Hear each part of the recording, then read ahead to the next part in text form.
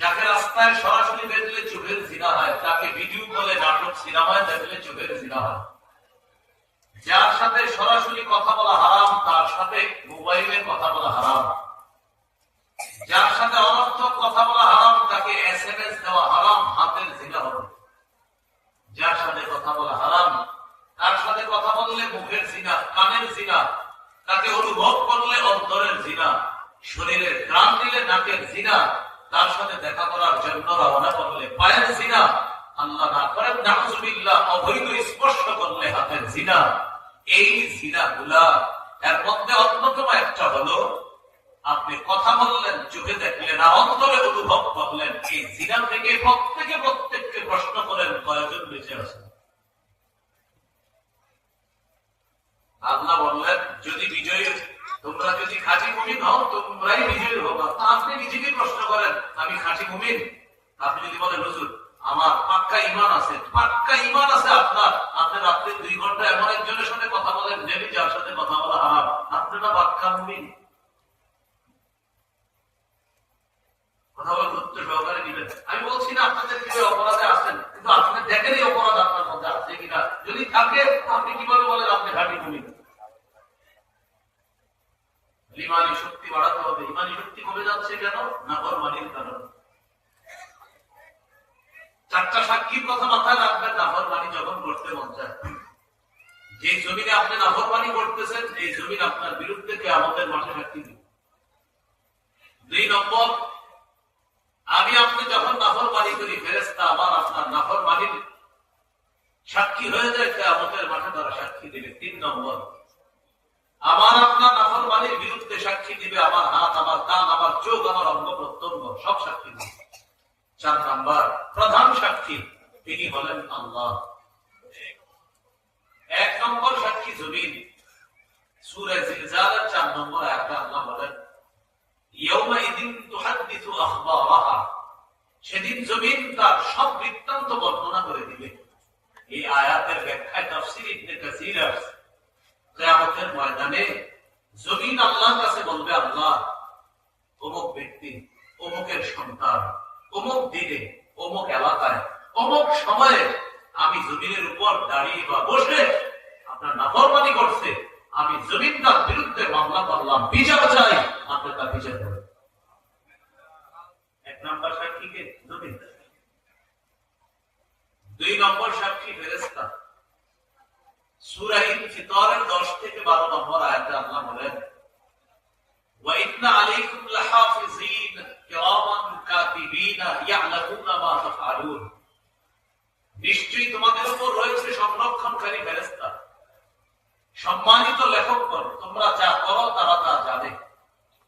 25 12 14 পৃষ্ঠার শুরুর আয়াত সূরা যুখরুফের 80 নম্বর আয়াত আল্লাহ বলেন মালা ওয়া রুসুলুনা লাদাইহিম ইয়াকতুবুন, আমার ফেরেশতারা তাদের কাছে থেকে তারা যা করে সব। ওয়া কুল্লু ইনসানিন আলজামনাহু তায়রাহু ফি উনুকি, আমি প্রত্যেকের গলার মধ্যে একটা মেমোরি কার্ড ঝুলিয়ে দিছি, আমলনামার একটা খাতা ঝুলিয়ে দিছি, এটার মধ্যে সব লেখা হচ্ছে। কিয়ামতের ময়দানে ওই বান্দার জন্য আল্লাহ বলবেন নুখরিজু লাহু ইয়াউমাল কিয়ামাতি কিতাবা, আমি আমলনামা কিতাব আকারে কিয়ামতের ময়দানে বের করব। ইয়ালকাহু মানশুরা, বান্দা এটাকে খোলা পাবে, খোলা। যখন আমলনামা খোলা দেখবে আল্লাহ বলবেন এই করা কিতাবা, অন্য বড় বড় প্রমাণটা তুমি পড়ো, তুমি পড়ো। 1 নম্বর সাক্ষী জমিন। 2 নম্বর ফেরেশতা। 3 নম্বর সাক্ষী আমার আপনার অঙ্গ প্রত্যঙ্গ যা আছে।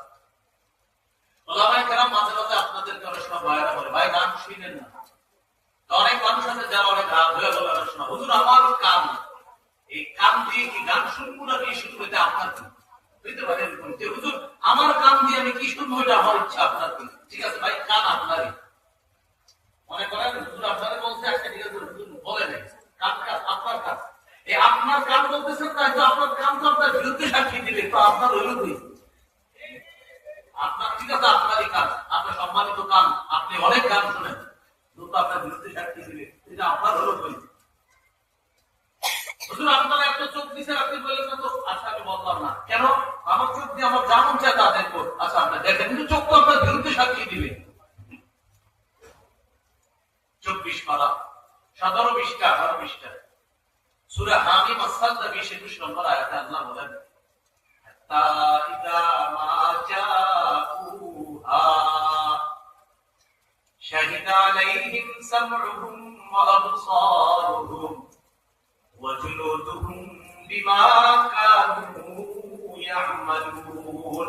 সেদিন তারা জাহান্নামের কাছে আসবে, তাদের কান তাদের বিরুদ্ধে সাক্ষী দিবে, তাদের চোখ তাদের বিরুদ্ধে সাক্ষী দিবে, তাদের চামড়া তাদের কৃতকর্মের ব্যাপারে সাক্ষী দিবে। চামড়া যখন সাক্ষী দিবে, ওই ব্যক্তি চামড়াওয়ালা চামড়াকে বলবে, কি রে চামড়া? কান সাক্ষী দিল বুঝলাম, কান দিয়ে উল্টা বার্তা শুনছি তাই কান সাক্ষী দিচ্ছে। চোখ সাক্ষী দিল বুঝলাম, চোখ দিয়ে নাফরমানি করছি তাই চোখ সাক্ষী দিছে। তুই চামড়াও আজকে সাক্ষী দিবি কেন? তুই তো শুনতিও না, বলতিও না, দেখতিও না, তুই সাক্ষী দিস কেন? চামড়াওয়ালা চামড়াকে বলবে। যাদের ঘরে কোরআন আছে, হাফিজি কোরআন 24 পারা 18 নম্বর পৃষ্ঠার শুরুতে কি আছে দেখবেন, 17 পৃষ্ঠার শেষে আছে, সেদিন কান চোখ আর তাদের চামড়া সাক্ষী দিবে। এটা 17 নম্বর পৃষ্ঠার শেষ 24 পারা সূরা হামিম আস-সাজদা 20 নম্বর আয়াত শেষ। এবার 21 নম্বর আয়াতে শুরু, ওয়াকালু লিজুলুদিহিম লিমা শাহিদতুম আলাইনা। চামড়াওয়ালা চামড়াকে বলবে, কি রে চামড়া, লিমা শাহিদতুম আলাইনা, তুই কেন সাক্ষী দিবি আমাদের বিরুদ্ধে? চামড়াওয়ালা চামড়াকে বলবে। চামড়া তখন কথা বলা শুরু করবে, ক্বালু আনতাকানা আল্লাহুল্লাযী আনতাকা কুল্লা শাই। চামড়া বলবে যে আল্লাহ চাইলে সবকিছুকে কথা বলাইতে পারেন, ওই আল্লাহ আজকে আমার বাক শক্তি দান করছে তোমার বিরুদ্ধে সাক্ষী দেওয়ার জন্য।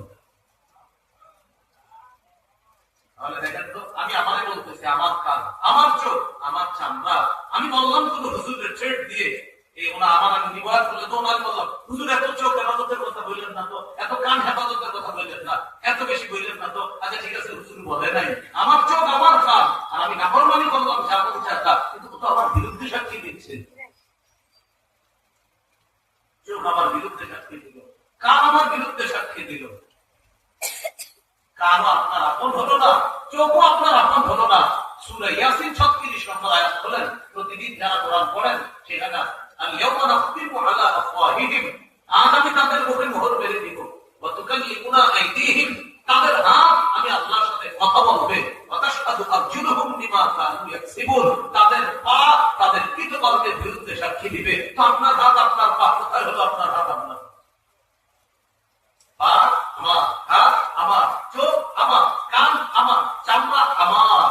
এবার চোখ, কান, হাত, চামড়া কেমন যেন আমাকে বলতেছে, আমরা তোমার ঠিক আছে, না ফরমানি করবা, আমি কান তোমার বিরুদ্ধে সাক্ষী দিব, আমি চোখ তোমার বিরুদ্ধে সাক্ষী দিব, আমি হাত তোমার বিরুদ্ধে কথা বলবো, আমি পা তোমার বিরুদ্ধে সাক্ষী দিব যদি উল্টা পাল্টা। তাহলে আজকে থেকে নিজের দিকে তাকাবেন, আমার হাত, আর কল্পনা করবেন এই হাত যদি আমার বিরুদ্ধে কথা বলে, এটা কল্পনায় আনবেন।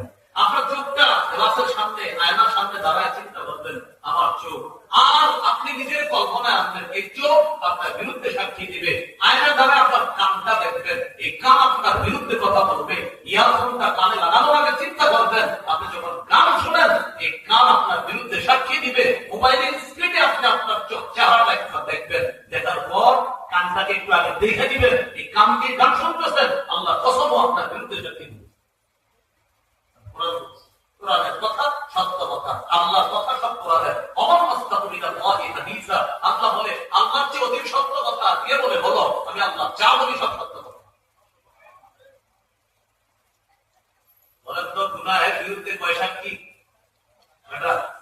1 নাম্বার জমিন, 2 নাম্বার রিজক, 3 অঙ্গ, 4 নাম্বার সাক্ষী আল্লাহ। আল্লাহ হলেন প্রধান সাক্ষী। আগের 3-4 মুখাপেক্ষী আল্লাহ না, ওই 3 সাক্ষী আল্লাহ কেন নিবে জানেন? আমার আপনার উপরে আল্লাহ যে কোনো জুলুম করেন না, এটা বোঝানোর জন্য সাক্ষী নেবে। আল্লাহ জমিনের সাক্ষী নেবে, আল্লাহ ফেরেশতার সাক্ষী নেবে, আল্লাহ অঙ্গ প্রত্যঙ্গের সাক্ষী নিয়ে আমাকে আপনাকে বোঝাবে, বান্দা সাক্ষী হিসাবে আমি আল্লাহ যথেষ্ট ছিলাম, আমি চাইলে তোমাকে জান্নাত জাহান্নাম দিতে পারি, তবে আমি আল্লাহ তোমাকে জাহান্নাম দেওয়ার আগে তোমাকে আমি সাক্ষীগুলো আনাইলাম এই কারণে, দেখো জমিন তোমার বিরুদ্ধে সাক্ষী, দেখো ফেরেশতা তোমার বিরুদ্ধে সাক্ষী, দেখো হাত পা তোমার, কান চোখ তোমার বিরুদ্ধে সাক্ষী। আমি আল্লাহ তোমাকে বুঝাইলাম, আমি তোমার উপর একটু জুলুম করি নাই জাহান্নামে দিয়ে, বরং জাহান্নামে যাওয়ার কারণ তুমি নিজের উপর জুলুম করছো, তাই তোমার ঠিকানা জাহান্নাম।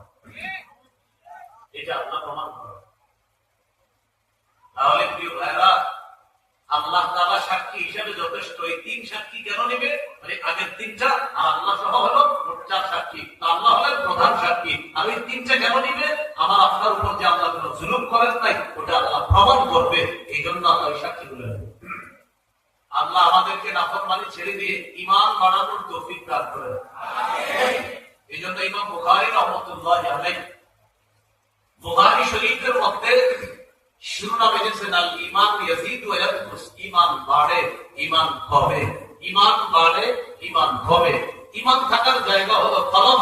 মানুষ যখন গুনাহ করে কলবের উপর একটা কালো দাগ পড়ে যায়, গুনাহ যখন বাড়ে কালো দাগটা বাড়তে থাকে, বাড়তে বাড়তে এটার নাম হয়ে যায় রন। সূরা মুতাফফিফিনের মধ্যে আল্লাহ বলেছেন কাল্লা বাল রান আলা কুলুবিহিম মা কানু ইয়াকসিবুন, তাদের গুনাহের কারণে তাদের অন্তরের উপর মরিচা পড়ে গেছে, মরিচা। গুনাহ এত বেশি করতে করতে করতে ওই কলবটা গুনাহের অন্ধকারের মধ্যে, মরিচার মধ্যে একদম ডুবে গেছে কলব। আর ওই কলবের মধ্যে আপনার ঈমানের মধ্যে জং ধরে যায়, ঈমানে কমতে এসে যায়। আল্লাহ না করেন এই জাতীয় কলব বলা যখন কিয়ামতের মাঠে যাবে, আল্লাহ তার থেকে আড়াল হয়ে যাবে, ক্ষেত্র বিশেষ তাদের দিকে রহমতের দৃষ্টি দিবে না। বলি নাউযুবিল্লাহ। পরের আয়াতে কাল্লা ইন্নাহুম আন রাব্বিহিম ইয়াওমাইযিন লামাহজুবুন। বলেন সবাই ঈমান থাকে কোথায়? বলেন ঈমান কোথায় থাকে? এবার বলেন গুনাহ করলে কোথায় আবরণ করে? কলবে। আবার বলেন ঈমান থাকে কই? গুনাহের কারণে আবরণ করে কোথায়? তো যেখানে ঈমান রাখবো সেখানে যদি গুনাহের আবরণ করে, সেখানে ঈমান যে আল্লাহ আমাদের সকলকে ঈমানি শক্তি বাড়ানোর তৌফিক দান করেন। তাহলে মূল আলোচনা আবার চলে যাই। বর্তমান বিপর্যয় থেকে বাঁচার এক নাম্বার উপায় ঈমানি শক্তি অর্জন করা। ঈমানি শক্তি কেন কমে? নাফরমানির কারণে। হুজুর তো কি করতে হবে? নাফরমানি ছেড়ে দিতে হবে, তাহলে ঈমানি শক্তি আল্লাহ বাড়িয়ে দিবে। আল্লাহ তৌফিক দান করেন। ঈমানি শক্তি বাড়ানোর কিছু উপায় আছে। এক নম্বর উপায় কোরআন তেলাওয়াত করা, নিয়মিত কোরআন পড়বেন, ঈমান বাড়বে। সূরা আনফালের 2 নম্বর আয়াতে আল্লাহ বলেন ওয়াইদা তুলিয়াত আলাইহিম আয়াতুহু যাদাতহুম ঈমানা। যখন তাদের সামনে কোরআনের আয়াত তেলাওয়াত করা হয়, ঈমানদারদের সামনে এই আয়াতগুলো তাদের ঈমান বাড়ায় দেয়। আয়াত ঈমান বাড়ায়, কোরআনের আয়াত তাদের ঈমান বাড়ায়। বর্তমান সমাজে আমাদের তেলাওয়াত শোনার সময় আমাদের দেখলে মনে হয় না যে আমাদের ঈমান বাড়ে। কিভাবে? এই তাফসীরুল কোরআন মাহফিলে আজকে মাগরিবের পরেও হয়তো একটা ছেলে এখানে কোরআন পড়ছে, আজকে মাগরিবের পরেও ঠিক আছে পড়তে মনে হয়। আসরের পরে একটা ছেলে কোরআন পড়ে, হুজুর ঘোষণা করে সম্মানিত এলাকাবাসী, আসরের নামাজের পর মাহফিলের প্রথম অধিবেশন শুরু করতে যাচ্ছি পবিত্র কোরআনের তেলাওয়াতের মাধ্যমে। কোরআন তেলাওয়াত করবে কর্তালবাড়ি কওমি মাদ্রাসার হিফজ বিভাগের ছোট্ট বন্ধু অমুক। ছেলেটা তখন কোরআন পড়ে, এই প্যান্ডেলে আপনার এটা নিচে প্রচুর মানুষ থাকে, দুজন 2-3 জন আপনার অসংখ্য মানুষ চারদিকে ঘুরতেছে, ওই দোকানে আছে, পাটে আছে, তো ওই ছেলে কোরআন পড়তেছে। আর কোরআন জানি কি করে? মুমিনের ঈমানি শক্তি মানে সবাই কি করে? এরপরে মাগরিবের পরে ঘোষণা করে সম্মানিত এলাকাবাসী, আমরা আমাদের মাহফিলের দ্বিতীয় অধিবেশন শুরু করতে যাচ্ছি পবিত্র কোরআনের তেলাওয়াতের মাধ্যমে। মর্তলবাড়ি কওমি মাদ্রাসা হিফজ বিভাগের ছোট্ট বন্ধু কোরআন তেলাওয়াত করবে। ওই ছেলেটা আমার তেলাওয়াত শুরু করে। ইতিমধ্যে আলোচক সাহেব এই পাশের চেয়ারে বা পিছনে বসা থাকে, উনি একটু বলে উঠবে। ওই ছেলে যখন তেলাওয়াত করে, মঞ্চে যারা থাকে এর মধ্যে কয়েকজন এসে আলোচনা করে, হুজুর চা বিস্কুট পান, মানে যারা মঞ্চে থাকে ওদেরও তেলাওয়াত শোনা কোনো দরকার নাই, আর যে হুজুর বয়ান করবে ওনারও তেলাওয়াত শোনা দরকার নাই। আর সামনে যারা আছে ওরা ঘুরতে থাকে আর বলে এই আমাদের তাড়াতাড়ি চা শেষ করতে হবে, হুজুর এখন বয়ানে বলবে।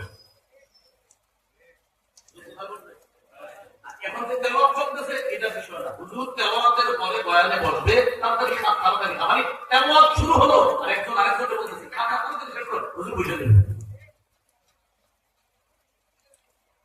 এই আপনাদের এলাকায় এরকম আছে কিনা আমি বলছি না, এরকম হয়। মাগরিবের পরে দেখবেন এই মাহফিলের যারা আয়োজক থাকে ওখানেও চায়ের পর্ব চলে, জুস বিস্কুট খায়, চাপে ভিজে ভিজে এলাকা অনেক মেহমানরা থাকে। একটু করে মনে করেন কথার কথা মাগরিবের পরে যদি কোন ঢাকার দামি দামি আলোচক থাকে এখন তারা বলতে পারে এই তাড়াতাড়ি খা, হুজুর একটু পরে বসে দেবো, কিন্তু তাড়াতাড়ি চাটা শেষ কর, বিস্কুটটা শেষ কর, আমি যে বাচ্চাটা তেলাওয়াত করতেছে এটা হতে সবার কি হচ্ছে। কোরআনের অভিশাপ দিয়েন না। আরে বললাম তো আপনি নিজের নিজের পরীক্ষা করেন। এই যে আজকে মাহফিল দিলাম আমরা, এখানেও আমাদের কত ধর্মীয় ভুল হয়ে গেছে, আর আমরাই বলি কি হুজুর এত মুমিন আমরা বিজয় হচ্ছে না কেন? আরে নিজেকে জিজ্ঞাসা করেন আমি খাঁটি মুমিন কিনা। সূরা আনফালের 2 নম্বর আয়াতে আল্লাহ বললেন ওয়াইদা তুলিয়াত আলাইহিম আয়াতুহু যাদাতহুম ঈমানা। কোরআন তেলাওয়াত করলে মুমিনের ঈমান ওই তেলাওয়াত বাড়ায় দেয়, আমগো খাওয়া বাড়ায় দেয়। নাউযুবিল্লাহ। কোরআনের সাথে সম্পর্ক করে কোরআন তাহলে ইমানি শক্তি বাড়ে। একটা উপায় জানলাম, কোরআন তেলাওয়াত করা, নিয়মিত কোরআন পড়ব। বলেন ইনশাআল্লাহ। পড়বেন তো কোরআন ইনশাআল্লাহ। আল্লাহ তৌফিক দান করেন। রাসূলুল্লাহ সাল্লাল্লাহু আলাইহি সাল্লাম বলেন ইকরাইল কুরআন ফি 40, অন্তত 40 দিনে এক খতম কোরআন পড়ো। 3 দিনে পারলে পড়েন, 10 পারা করে, না পারলে 7 দিনে পড়েন, 7 মঞ্জিলে পড়েন, এক পারা করে হলে 30 দিনে এক খতম। এটাও যদি না পারেন নবীজি বলেন ও আমার উম্মত অন্তত 40 দিনে এক খতম কোরআন পড়ো। আমাদের মাঝে এমন লোক পাবেন 40 বছরও এক খতম কোরআন পড়ে। কিন্তু নবী বলছে কয় দিনে এক খতম? 40 দিন। হ্যাঁ মাশাআল্লাহ, অনেকে পড়ে রমজানে পড়ে 27 পর্যন্ত, 27 পরে পড়ে না, 27 পর্যন্ত পড়ে। পড়ার পর হুজুরের একটা স্লিপ ধরায় দেয় আর বলে হুজুর দাদার জন্য এক খতম, দাদির জন্য এক খতম, নানার জন্য এক খতম, নানির জন্য এক খতম। খতম গুলা বক্সায়া দিয়ে, আমি এতদিন পড়ছি এগুলো হাওয়ায় ঘুরতেছে তো আজকে আপনি এগুলো বক্সায় দিন। রমজানে যা 28, 29, 30 বাকি রয়ে গেছে আর পড়ে না। বিবিরে বলে এটা উঠে রেখে দাও, আবার আগামী রমজানে দিও। এরপরে কি করে জানেন? 28 রমজানে অসংখ্য মানুষ, এরপরে 27 পরে আর তারাবিও পড়ে না, কোরআনও পড়ে না, তারাবিও পড়ে না। আল্লাহ বাঁচাইছে রোজা গুলা রাখে। আল্লাহ তাদের কবে আবার এই সিস্টেম আসে 27 মানে রমজান মাস শেষ, এরপরে রোজা রাখে, তারাবিও পড়ে না, কোরআনও পড়ে না। কেন ভাই? আপনি ঠিক করে না বলতেছেন হুজুর আমরা এত মুমিন বিজয় হচ্ছি না কেন? নিজের দোষগুলা নিজে বের করে দেন। তাহলে কোরআন ঈমান বাড়ায়। বলেন কোরআন কি বাড়ায়? তেলাওয়াত ঈমান বাড়ায়। নিয়মিত কোরআন তেলাওয়াত করা আল্লাহ তৌফিক দান করেন। আমিন। ঈমান বাড়ানোর আরেকটা উপায় আল্লাহর সৃষ্টি নিয়ে চিন্তা করা। সূরা আলে ইমরানের 190 নম্বর আয়াত আছে إن في خلق السماوات والأرض واختلاف الليل والنهار لآيات لأولي الألباب। নিশ্চয়ই আসমান জমিনের সৃষ্টির মাঝে, রাত এবং দিনের পরিবর্তনের মাঝে জ্ঞানীদের জন্য নিদর্শন রয়েছে। জ্ঞানীরা চিন্তা করবে আসমানের সৃষ্টি, আল্লাহু আকবার, এই আসমান খুঁটি ছাড়া কিভাবে আছে? জ্ঞানীরা যখন চিন্তা করবে ঈমান বাড়বে। আল্লাহু আকবার। এই জমিনের নিচে পানি, আচ্ছা পানির উপরে আমরা ভাসমান, জমিনের উপর কিভাবে আছি? পানি জমিনের নিচে কি বলেন তো? পানি। আমরা পানির উপরে তো ভাসমান থাকার কথা। এই যে দেখেন তার চেয়ারটা স্থির আছে, আমার চেয়ারটা স্থির আছে, ওনার চেয়ারটা স্থির আছে, উনিও নড়ছে না, তিনিও নড়ছে না, আপনারাও স্থির বসে আছেন। অথচ উচিত ছিল নড়াচড়া করা, কারণ আমরা পানির উপরে। আল্লাহ তাআলা বলে দিয়েছেন শোনো আল্লাহর জিবালা আওতাদা। জ্ঞানীরা কোরআন কইরা তোমরা গবেষণা করে বের করবা। তো জ্ঞানীদেরকে আল্লাহ কোরআনে সমাধান দিয়ে দিয়েছে, ও জ্ঞানীরা জমিন কেন নড়ে না জানো? আমি আল্লাহ শক্তিশালী পাহাড়কে জমিনের উপর পেরেক হিসাবে বসায়া দিয়া জমিনের নড়াচড়া বন্ধ করে তোমাদের বসবাসের উপযোগী করি। এগুলা চিন্তা করলে কি বাড়বে? ঈমান বাড়বে। আমাদের ঈমান বাড়বে, আল্লাহর প্রতি আমার বিশ্বাস বাড়তে থাকবে। তাহলে আসমানের দিকে তাকাইলে জ্ঞানীদের ঈমান বাড়ে। কেন? খুঁটি ছাড়া এক একটা ছাদ আমরা বানাইতে পারি না, এই বিশাল আসমান তুমি ছাড়া কে বানাইলে চিন্তা করে জ্ঞানীদের ঈমান আল্লাহ বাড়ায়। এই জমিন পানির উপরে, এটা তো নড়াচড়া করার কথা, তো না নড়ছে না, তো আচ্ছা কে স্থির রাখলো? জ্ঞানীরা চিন্তা করে আর জবাব পেয়ে যায় যে পাহাড় গুলা পেরেক হিসাবে আছে, এই জন্য জমিন স্থির আছে। তখন তাদের ঈমান আগের চেয়ে আরো বেড়ে যায়। তাহলে 1 নম্বর কোরআন তেলাওয়াত করা, 2 নম্বর আল্লাহর সৃষ্টি নিয়ে চিন্তা করা, রাতের পরে দিন, দিনের পরে রাত। জ্ঞানীরা চিন্তা করে আচ্ছা রাতের উপরে দিন, দিনের উপরে রাত কে করে? আল্লাহ জবাব দিয়ে দিয়েছে 20 পারা 13 নম্বর পৃষ্ঠা। إن جعل الله عليكم الليل سرمدا إلى يوم القيامة من إله غير الله يأتيكم بضياء أفلا تسمعون। আল্লাহ তাআলা বলেন একটু চিন্তা করে দেখো, إن جعل الله عليكم الليل سرمدا إلى يوم القيامة, আল্লাহ যদি কিয়ামত পর্যন্ত রাতকে রাত রেখে দিতেন, রাতকে রাত রেখে দিতেন, অন্ধকার রেখে দিতেন, আল্লাহ ছাড়া কে আছে বলো এটাকে আলোকিত করার জন্য? উত্তর হলো আল্লাহ, আপনি ছাড়া কেউ নাই। আপনি চাইলে সারা জীবন রাত রেখে দিতে পারতেন আর দিন আনতে পারতেন না। আল্লাহ আবার বলে ইন জাআলাল্লাহু আলাইকুমুন নাহারা সারমাদান ইলা ইয়াউমিল কিয়ামাতি মান ইলাহুন গায়রুল্লাহি ইয়াতিকুম বিলাইল। চিন্তা করে দেখো, যদি আমি আল্লাহ সারা জীবন শুধু দিন রাখতাম আর রাত না আনতাম, তো আল্লাহ ছাড়া কে আছে এই দিনকে রাত বানাইতে পারতো অথবা রাতকে দিন বানাইতে পারতো? বলো আমি ছাড়া কে আছে? যদি আমি আল্লাহ চাইতাম সারা জীবন অন্ধকার রাখতে পারতাম, যদি আমি চাইতাম সারা জীবন আলো রাখতে পারতাম, কিন্তু না, আলো রাখি তোমাদের রিজিক অন্বেষণ করার জন্য, অন্ধকার দিয়ে রাতের একটা আবরণ তোমাদেরকে দিয়ে দিই। কেন জানো? তোমাদের শরীরের স্বাস্থ্য যেন ঠিক থাকে। আমি আল্লাহ একটা আরামের ঘুমের জন্য রাত নামক একটা আবরণ তোমাদের উপর দিই।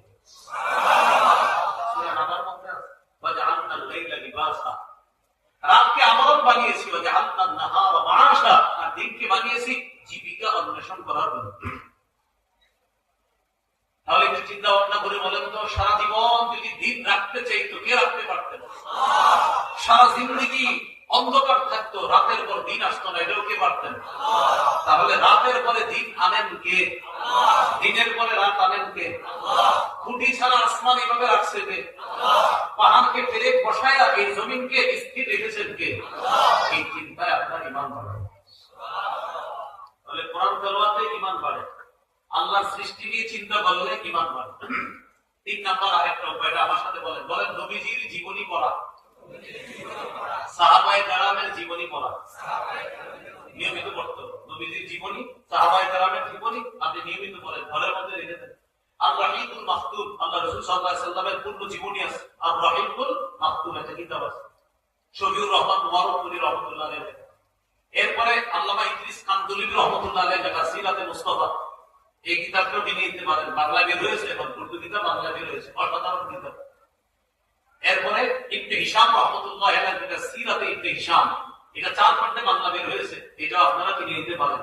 আমার জানা মতে এখন বার্ষিকীরা খণ্ড, আমার জানা নেই 4 খণ্ডে ছিল, এখন হয়তো আবার বার্ষিকীরা খণ্ড, এটা বলতে পারি না।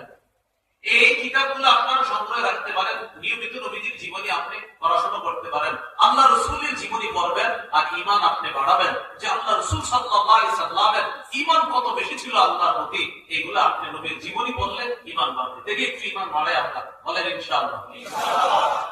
জিহাদ করার পর রাসূল সাল্লাল্লাহু আলাইহি সাল্লাম সাহাবীদেরকে বললেন, তোমরা ক্লান্ত, একটু বিশ্রাম নাও। আমিও ক্লান্ত, আমি একটু বিশ্রাম নেব। বিশ্রাম নেওয়ার জন্য সাহাবায়ে কেরাম যার যার মতো তারা শুয়ে গেলেন। নবীজি আল্লাহ তাসাইফা বিশাদাওয়া, নিজের তরবারিটা গাছের সাথে ঝুলায়া আল্লাহ রাসূল সাল্লাল্লাহু আলাইহি সাল্লাম গাছের নিচে ছায়ার নিচে শুয়ে গেলেন। আমরা কি বাড়াবো বলেন তখন? নবীর জীবনী থেকে কি বাড়াবো? ঈমান। সাহাবায়ে কেরাম ঘুমায়, রাসূল সাল্লাল্লাহু আলাইহি সাল্লাম ঘুমাইতেছে, গাছের ছায়ার নিচে তরবারিটা গাছে ঝুলানো। এক ইহুদি পাশ দিয়ে যাইতেছে, যাওয়ার সময় দেখে আল্লাহ রাসূল সাল্লাল্লাহু আলাইহি সাল্লামের তরবারিটা গাছের। ইহুদি চিন্তা করলো, মুহাম্মদ সাল্লাল্লাহু আলাইহি সাল্লাম তাকে মারার জন্য কত ষড়যন্ত্র করি, পারি না, আজকে তার তরবারি দিয়ে তারা শেষ করবে। নাউযুবিল্লাহ।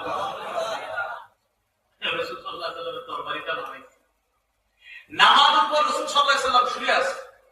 এইভাবে নবীজির দেহ মুবারকের সামনেও দাঁড়াইছে, 2 পা দুদিকে করে তরবারিটা এইভাবে নিয়ে দাঁড়াইছে। নবীজি ঘুমাইতেছে, ডাক দিছে মুহাম্মদ। রাসূল সাল্লাল্লাহু আলাইহি সাল্লাম চোখ খুলছে, চোখ খোলার পর আমার আপনার কি অবস্থা হইতো? আপনার ইমান কত মজবুত, স্বাভাবিক ভাবে চোখ খুলছে, ইহুদির দিকে তাকায় হয়েছে, ইহুদি দেখে বুঝতে পারছে তার চোখের মুখে, চেহারা, শরীরের মধ্যে কোন ধরনের ভয়ের কোন লেশ মাত্র নেই। সবাই তাকাইছে, কি সে মোহাম্মদ, বলো কি বলবো? চিন্তা করছি উপরে তরবে বলতেছে, মাইয়াম নাও কামিনী, তোমাকে কে বাঁচাবে? রাসূল সাল্লাল্লাহু আলাইহি ওয়াসাল্লাম যে জবাবটা দিলেন, আমরা এই জবাবটা দিব, একটু জোরে দিব। নবীজি বললেন, আল্লাহ। বলেন কি জবাব? দিল থেকে। এই যে এত সুন্দর আওয়াজ আর নাই, বলেন কি? কাঁপতে কাঁপতে দরবারে নিচে বললেন। এবার নবীজি দরবারে নিয়ে চলে গেলেন। ইহুদি বলে, মুহাম্মদ, তুমি ছাড়া কেউ নেই, আল্লাহ বিশ্বাস করে না তো, তুমি ছাড়া কেউ বাঁচাবে না। নবীজি বললেন, আমার সাহাবীরা ঘুমাইতেছে, জানলে সমস্যা হলেও যাও, আমি মাফ করে দিচ্ছি। তাহলে বলেন তো, আল্লাহ রাসূল সাল্লাল্লাহু আলাইহি ওয়াসাল্লাম আমাদেরকে শিখাইলেন, বিপদে আপদে একমাত্র একজন আমাদেরকে রক্ষা করতে পারেন, কে? কিন্তু আমরা এখন অন্যদেরকে মনে করছি, আমরা ভাবি আমাদের পাশের কেউ রক্ষা করবে, অথবা দূরের পশ্চিমাকেও আমাদেরকে রক্ষা করবে। আমরা মানুষকে প্রভু বানাইতে চাইতেছি, আমরা মানুষের গোলামী চিত্রে আবদ্ধ করে নিজেদের ইমানি শক্তি একদম তলানিতে নিয়ে গেছি। কেন জানেন? আমরা বারবার মানুষকে প্রভু বানাইতে চাই। মানুষ, মুসলমানদের রব একজন, কে? আল্লাহ। মুসলমানদের রব একজন, আল্লাহ। সকল ক্ষমতার মালিক একজন, কে? আল্লাহ। কিন্তু মানুষকে প্রভু বানাইলে আপনাকে শিখাবে সকল ক্ষমতার উৎস জনগণ, এটা মানুষ নামক প্রভু আপনাকে শিখাবে। আর রব হলেন সকল ক্ষমতার উৎস, এটা ইসলাম আপনাকে শিখাবে। এই মুসলমানই মাইকে দাঁড়ায় বলতেছে জনগণ সকল ক্ষমতার উৎস। কথাটা বুঝছেন? কি বললো? বলেন না সবাই কি বললো? সবাই কি আমরা মুসলমান? সবাই কি বললো? সকল ক্ষমতার উৎসকে সবাই বললো ঠিক। এই ব্যক্তি যখন মাইক করতেছে বলতেছে জনগণ সকল ক্ষমতার উৎস।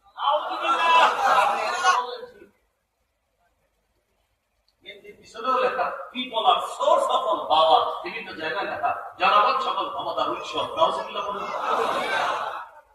আল্লাহ খালকু ওয়াল আমর সূরা আরাফ 54 থেকে 55 56 আয়াতগুলোতে আছে। শোনো, আল্লাহ লাহুল খালক, সৃষ্টি আল্লাহ, ওয়াল আমর, বিধান হুকুম এটাও আল্লাহ। বলেন সবাই, সৃষ্টিকার আল্লাহ, আইনকার আল্লাহ, আমি কার?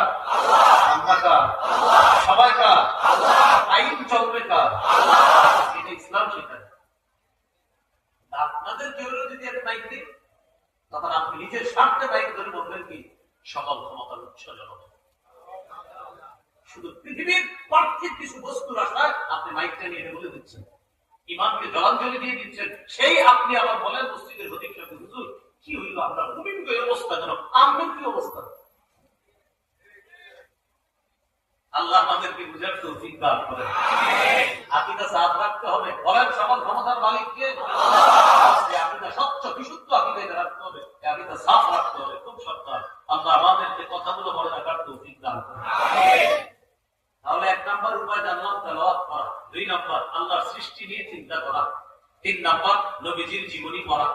সূরা মুমতাহিনার 6 নম্বর আয়াতে আছে, লাকাদ কানা লাকুম ফীহিম উসওয়াতুন হাসানাতুন লিমান কানা ইয়ারজুল্লাহ ওয়াল ইয়াওমাল আখির। তাদের মধ্যে রয়েছে আদর্শ, উত্তম আদর্শ তাদের জন্য যারা আখিরাত কামনা করে, আল্লাহকে কামনা করে। নবীর জীবনী আর তার অনুসারী যারা, তাদের জীবনীর মধ্যে আমরা যারা আছি, আমাদের জন্য আল্লাহ উত্তম নমুনা, উত্তম আদর্শ রেখে দিয়েছে। সুবহানাল্লাহ। তাহলে ইমানি শক্তি বাড়ানোর আরেকটা উপায় জানলাম আমরা, আল্লাহ সৃষ্টি নিয়ে কি করা ভাই, চিন্তা করা।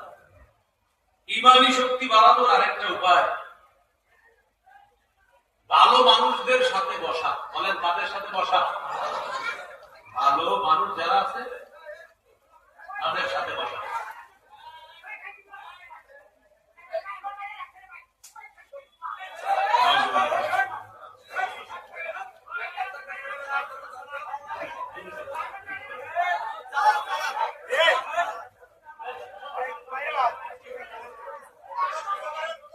রাসূলুল্লাহ সাল্লাল্লাহু আলাইহি সাল্লামের জীবনের মধ্যে সাহাবায়ে কেরামের জীবনী, এগুলো পড়াশোনা করব, তাহলে ঈমানি শক্তি বাড়বে ইনশাআল্লাহ। তাদের জীবনীগুলা আমরা পড়ব, বলেন ইনশাআল্লাহ।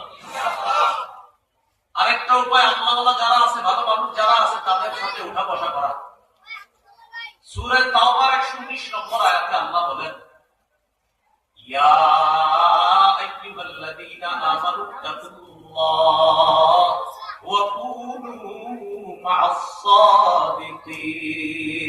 এই ইমানদারগণ, তোমরা আল্লাহকে ভয় করো, সত্যবাদীদের সাথে তোমরা থাকো, উঠা বসা করো। মুমিন যারা আছে তাদের ঈমান মজবুত হবে যত তাদের তাকওয়া বেশি হবে। তাকওয়া মানে নাফরমানি থেকে বাঁচা, গুনাহ থেকে বাঁচা। মুমিনের তাকওয়া যত মজবুত তার ঈমান তত মজবুত। এখন কথা, তাকওয়া কিভাবে শিখতে পারবেন?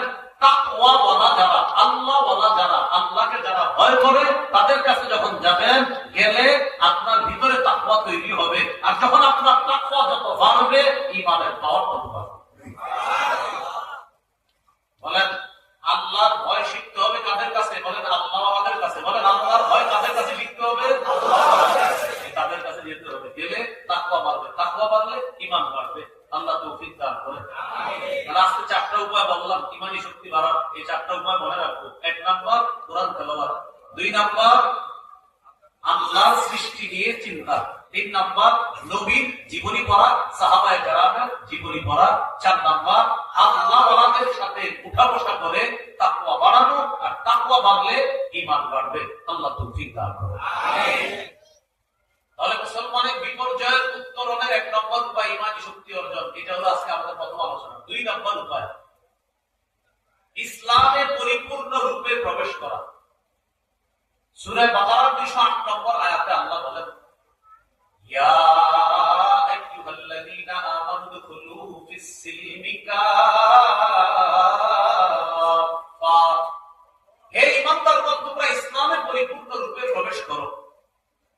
ঈমানদারদেরকে আল্লাহ বলতেছে ইসলামে পরিপূর্ণ রূপে প্রবেশ করো। আয়াতটা একটু বুঝেন। বলেন সবাই একসাথে, হে ঈমানদারগণ, তোমরা ইসলামে পরিপূর্ণ রূপে প্রবেশ করো। আচ্ছা, আপনারা একটু মুহাম্মদের সাথে বলেন, আল্লাহ কাদেরকে রেখেছেন? কোথায় প্রবেশ করতে বলছে? কেন? আমরা তো মুমিন, আল্লাহ ডাক দিয়েছে। কিছু মানুষ আছে দেখবেন চা দোকানের সামনে পয়সা থাকে, যদি বলেন নামাজে আসেন, হুজুর নামাজ না পড়লো ঈমান আছে। আল্লাহ কি বলছে? হে ঈমানদারগণ, ইসলামে পরিপূর্ণ রূপে প্রবেশ করো। এটা কেন বলছে জানেন? এটাই কারণে। ভাই তোমার নাম কি? আব্দুর রহমান। এসা বলছো কয়টা? আব্দুর রহমান নাম আবার এসা বড় নাই, কিডনি করবে। মুসলমান এসা বলবে না, এসা মুসলমান বলবে না, এটা হতে পারে না। ফজর করছো? তাই না। তোমার নাম কি? আব্দুর রহিম। আব্দুর রহিম ফজর পড়বে না, ফজর আব্দুর রহিম পড়বে না, এটা তো হতে পারে না। আর নামাজ তো মুসলমান পড়বে, রোজা তো মুসলমান রাখবে, হজ মুসলমান করবে, যাকাত মুসলমান করবে। আপনি হজ করছেন? না, হুজুর করি নাই। ফরজ হয়েছে? জি। আপনি যাকাত দিয়েছেন? দেই নাই। ফরজ হয়েছে? জি। রোজা রাখছেন? তো এখনো শুরু করি নাই। আপনি বালেন? হ্যাঁ বালেন। নামাজ পড়ছেন? 7টায় শুধু জুমাটা পড়ি, বাকিগুলো পড়ি না। আপনার নাম কি? আব্দুর রহিম। মাশাআল্লাহ আব্দুর রহিম ভাই, আপনি 7টায় 5 ওয়াক্ত নামাজ পড়েন না, 6 দিন শুধু জুমার নামাজটা পড়েন। মাশাআল্লাহ আব্দুর রহিম ভাই, আপনি রোজা রাখেন না। মাশাআল্লাহ আব্দুর রহিম ভাই, আপনি যাকাত দেন না। মাশাআল্লাহ আব্দুর রহিম ভাই, আপনি হজ করেন না। তাহলে আপনি মুসলমানের সন্তান, মুসলমান। আল্লাহ বলছে, ও মুমিন, ইসলামে পরিপূর্ণ রূপে প্রবেশ করো, তারপর নিজের পরিচয় দিবা আমি মুসলমান। ইসলামে প্রবেশ করো। এখন এখানে যারা আছেন কষ্ট নিয়ে সবাই আশার নামাজ পড়েছেন, যেটা আমি আশাবাদ। যদি পড়ে না থাকেন পড়ে নিন। আগামীকাল ফজর পড়বেন, এটা আমি আশাবাদ।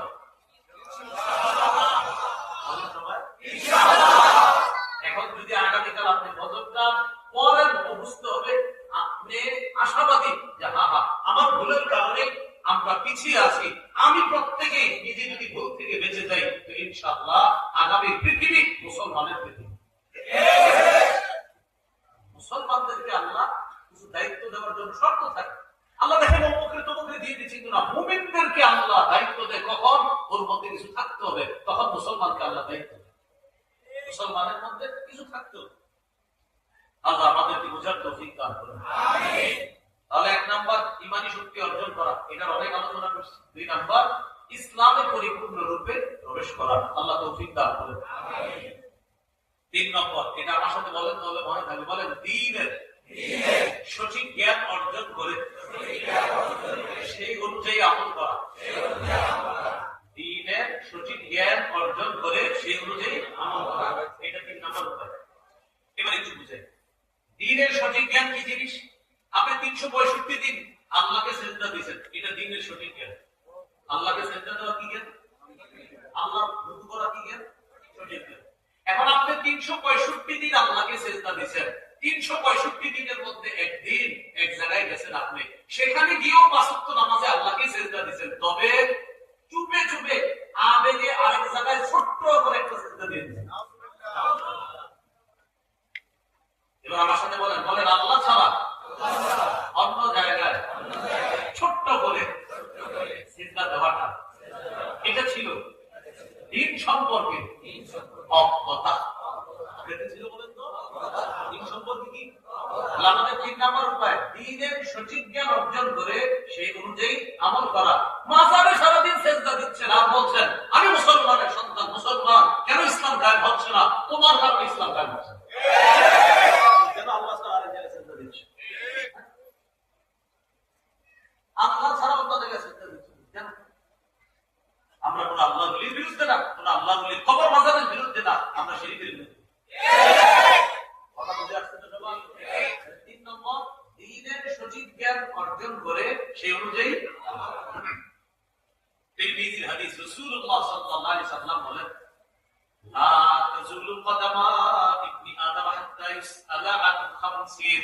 5 প্রশ্ন করার আগে কিয়ামতের ময়দানে আদম সন্তানের 2 পা নড়বে না। জীবন সম্পর্কে, যৌবন সম্পর্কে। 3 নাম্বার সম্পদ কোথা থেকে কামাই করেছেন। 4 নাম্বার কোন খাতে ব্যয় করেছেন।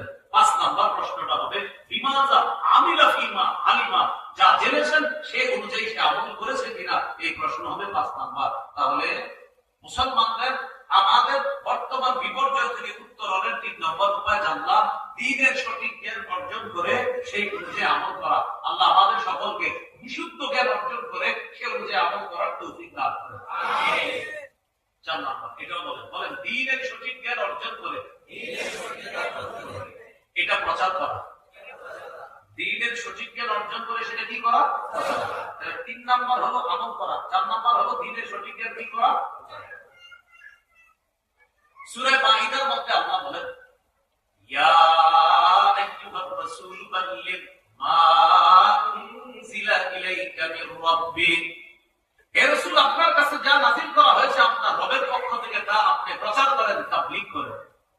সহিহ বুখারীর 105 নম্বর হাদিস, রাসূলুল্লাহ সাল্লাল্লাহু আলাইহি সাল্লাম সাহাবায়ে কেরামের উদ্দেশ্যে বললেন, এই শোনো, আমি কি আমার উপর অর্পিত দায়িত্ব তোমাদের কাছে পৌঁছিয়েছি? 3 বার জিজ্ঞাসা করেছে। সবাই বলেছে জি। নবীজি আকাশের দিকে আঙ্গুল উঠিয়ে বললেন আল্লাহ সাক্ষী থাকেন, সাক্ষী থাকেন, সাক্ষী থাকেন। এরপরে বললেন ইউবাল্লিগিশ শাহিদুল গায়বা, শোনো, আমি যেহেতু আল্লাহর পক্ষ থেকে যা পেয়েছি তা তাবলীগ করেছি, তোমাদের কাছে প্রচার করেছি। পৃথিবীর প্রান্তে প্রান্তে আমার অনুপস্থিত উম্মত যারা আছে, এখানে আমার সামনে তোমরা যারা উপস্থিত আছো, আমি দায়িত্ব দিয়ে গেলাম তোমরা যেন আমার পৌঁছে দেওয়া এই শিক্ষা সারা পৃথিবীর অনুপস্থিতদের কাছে পৌঁছে দাও, এই দায়িত্ব আমি নবী তোমাদেরকে দিয়ে দেব। সুবহানাল্লাহ। 3 নাম্বার সঠিক জ্ঞান অর্জন করে আমল করা, 4 নাম্বার সঠিক জ্ঞানটা অন্যের কাছে প্রচার করা। এবার একটা কথা এই আলামতের উদ্দেশ্য, এখানে আপনারা এই মসজিদ সহ বিভিন্ন মসজিদের মুসল্লিরা আছেন, ঠিক তো? খতিব সাহেব মিম্বরে বসে দ্বীনের সঠিক জ্ঞান প্রচার করলে কারা কারা গ্রহণ করতে রাজি আছে? রাজি আছেন তো? তাহলে আমি একটা দ্বীনের সঠিক জ্ঞান প্রচার করি, খতিব সাহেবদের পক্ষ থেকে বলেন। মনে করেন আগামীকাল, এটাই মসজিদ, আগামীকাল এই মসজিদের খতিব সাহেব আপনাদেরকে বলল, যে মুসল্লি ভাইরা, গত রাতে আরিফ বিন হাবিব আপনাদের উদ্দেশ্যে বলেছিল বর্তমান বিপর্যয় থেকে উত্তরণের 4 নম্বর উপায় হলো দ্বীনের সঠিক জ্ঞানটা অন্যের কাছে প্রচার করা।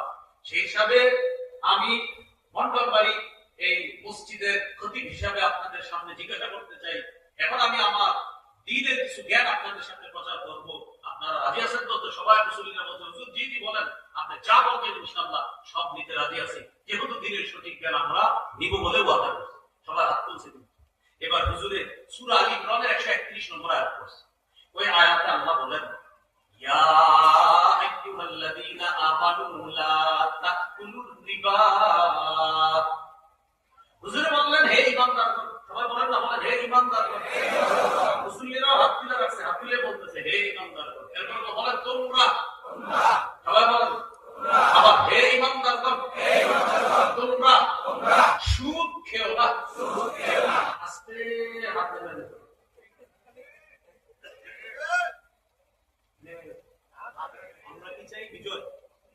আপনি সুদ খাইতেছেন, এই সুদখোর আপনার কারণে বিজয় হচ্ছে না। প্রত্যেকের হার লাইন, প্রত্যেকের হার লাইনের মধ্যে সমস্যা, সমস্যার সব কিছু ধরতে খালি আপনারা করেন নাকি? আর আপনি করেন যে আপনি সুদ করেন, আপনি কি করেন? আপনার রন্ধ্রে সুদ জড়িয়ে আছে।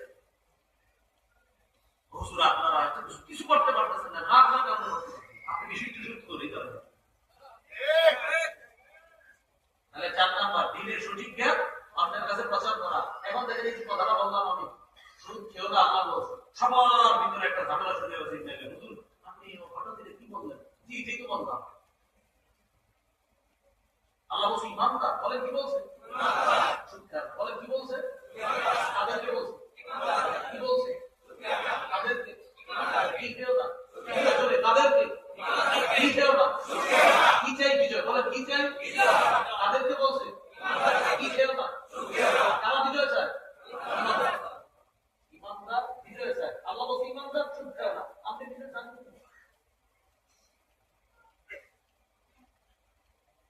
এই জন্য আল্লাহ বলছে পেরেশান হয় না, দুর্বল হয় না, তোমরাই বিজয় হবা যদি খাঁটি মুমিন হও। হুজুর আমি তো খাঁটি মুমিন, সুদ খাচ্ছি তো বেশি না, হালকা একটু মিষ্টি দিই, তো আপনি খাঁটি মুমিন কেন?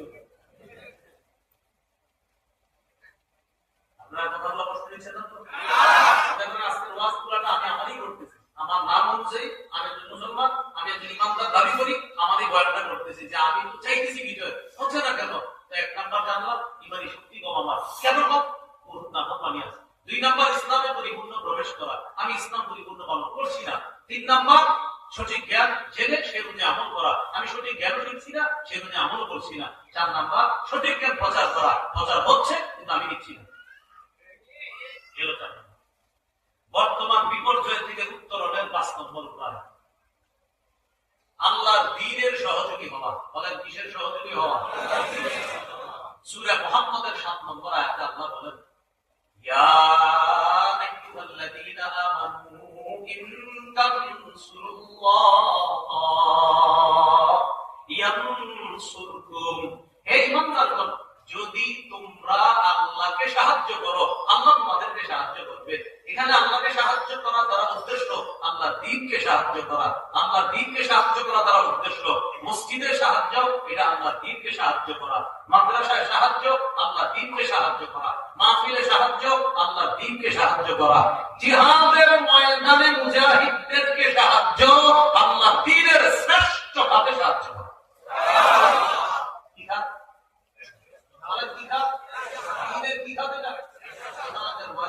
সহযোগিতা করা, এটা দ্বীনের শ্রেষ্ঠ হাত। যখন মসজিদের কথা বললাম সবাই আপনারা ঠিক ঠিক বললেন, মাদ্রাসার কথা বললাম সবার মধ্যে একটা প্রাণ সঞ্চার হয়েছে, সবার চেহারা থেকে বুঝে গেছে। যখন বললাম মাহফিল সবার মধ্যে বুঝে গেছে, হ্যাঁ ঠিক ঠিক। যেই মাত্র বললাম আল্লাহ দ্বীনের শ্রেষ্ঠ একটা কাজ জিহাদ, সবার একটু মনে হুজুর এটা কি বলবো? এই যে জিহাদের শব্দ শুনলে মনের ভিতরে আসে ইন্নালিল্লাহ, এই কারণে বিজয় হচ্ছে না, আমার আপনার বসে বিজয় হচ্ছে না। মসজিদ শুনলে মাশাআল্লাহ, মাদ্রাসা মাশাআল্লাহ, মাহফিল মাশাআল্লাহ, জিহাদ কি বলবো? এই হুজুর তুই বড় বসে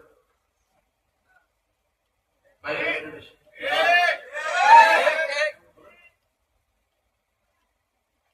আমি আজকে বয়ান আমারই করতেছি, আমি বারবার বলছি আপনাদের না, যদি মনে হয় বয়ান করলে আপনারাও ঠিক হয়ে যাবে। আল্লাহ দ্বীনের সহযোগিতা। মুসলমানের বর্তমান বিপর্যয়ের উত্তরণের 6 নম্বর উপায় আল্লাহর কাছে দোয়া করা, খুব দোয়া করা, কান্নাকাটি করা। আল্লাহ বিপদে আছে, আল্লাহ উদ্ধার করে, উদ্ধার করে দোয়া।